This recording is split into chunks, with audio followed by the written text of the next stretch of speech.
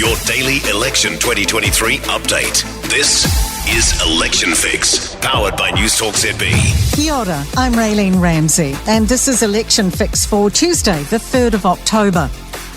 Today, political reporter Sophie Trigger has been on the road with Chris Luxon in Christchurch, and she gives us the latest on Chris Hipkins, who's still in COVID isolation. Election Fix headlines. Chris Hipkins says Kiwis will always shop around as they vote. It's been revealed he scored highest for leader likeability in TVNZ's Vote Compass. The COVID-isolating Labour leader refuses to rate himself out of 10, but says it's important for politicians to be likeable and trustworthy.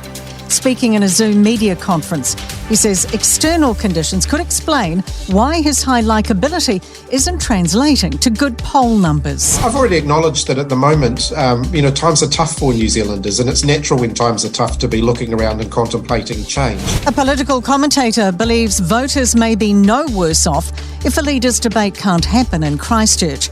It was supposed to take place tonight, but was called off after Labour's Chris Hipkins came down with COVID-19. National has turned down Labour's offers for flexible dates or an alternative debate.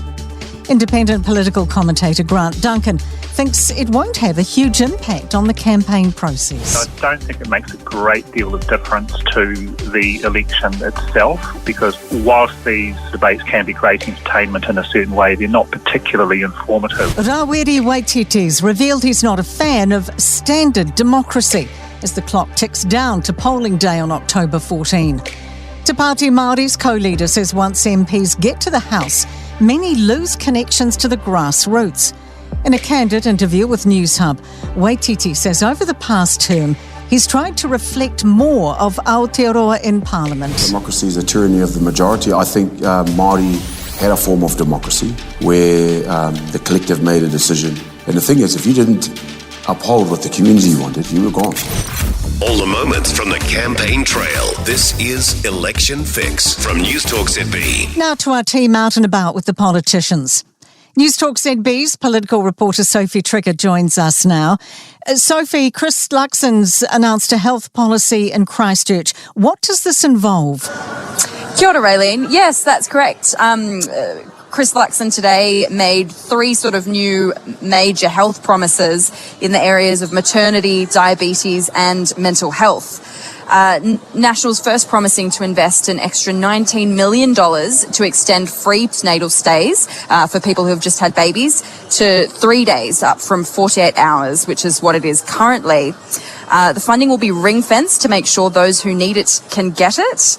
And then secondly, National wants to provide free continuous glucose monitors to kids under 18 with type 1 diabetes. So this will come at the cost of $5.2 million a year, but CGMs, which are devices used to monitor blood glucose levels, are reportedly revolutionising diabetes management and reducing the risk of complications for kids.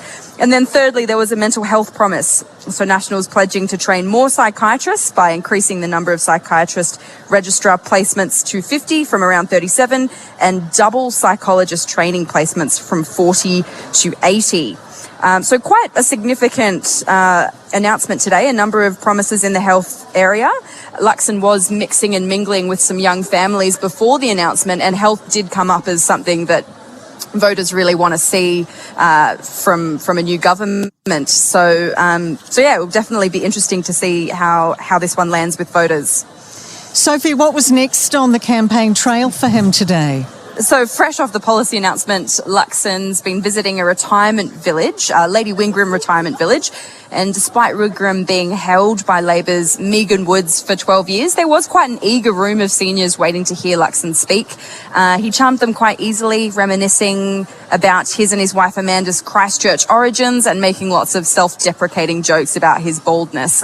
He then, of course, hit lots of talking points for National, the economy, crime, education and health. He also challenged some misinformation that might be concerning seniors, which which he is accusing Labor of peddling. For example, misinformation about the winter energy payment. He also referenced the superannuation age, which National wants to lift to 67 in 2044, I believe. But he said to the crowd, with all due respect, I imagine a lot of you won't be around by that time. So perhaps not the charm offensive they'd been expecting. And I do, Raylene, come to you now from Riccarton Mall in Christchurch, where Luxon's currently doing a bit of a walkabout, so that might explain some of the chatter in the background. He's had a really warm reception here, but he has met some young girls who weren't a big fan of his policy to ban mobile phones in schools. Of course not. Finally, Sophie, Chris Hipkins has been back in the media from COVID isolation. How's he sounding? Yeah, so he spoke to media from a Zoom call earlier this afternoon. I was quite interested to see how that would work, as a press pack can be quite difficult to wrangle. But he did still sound a little bit nasally.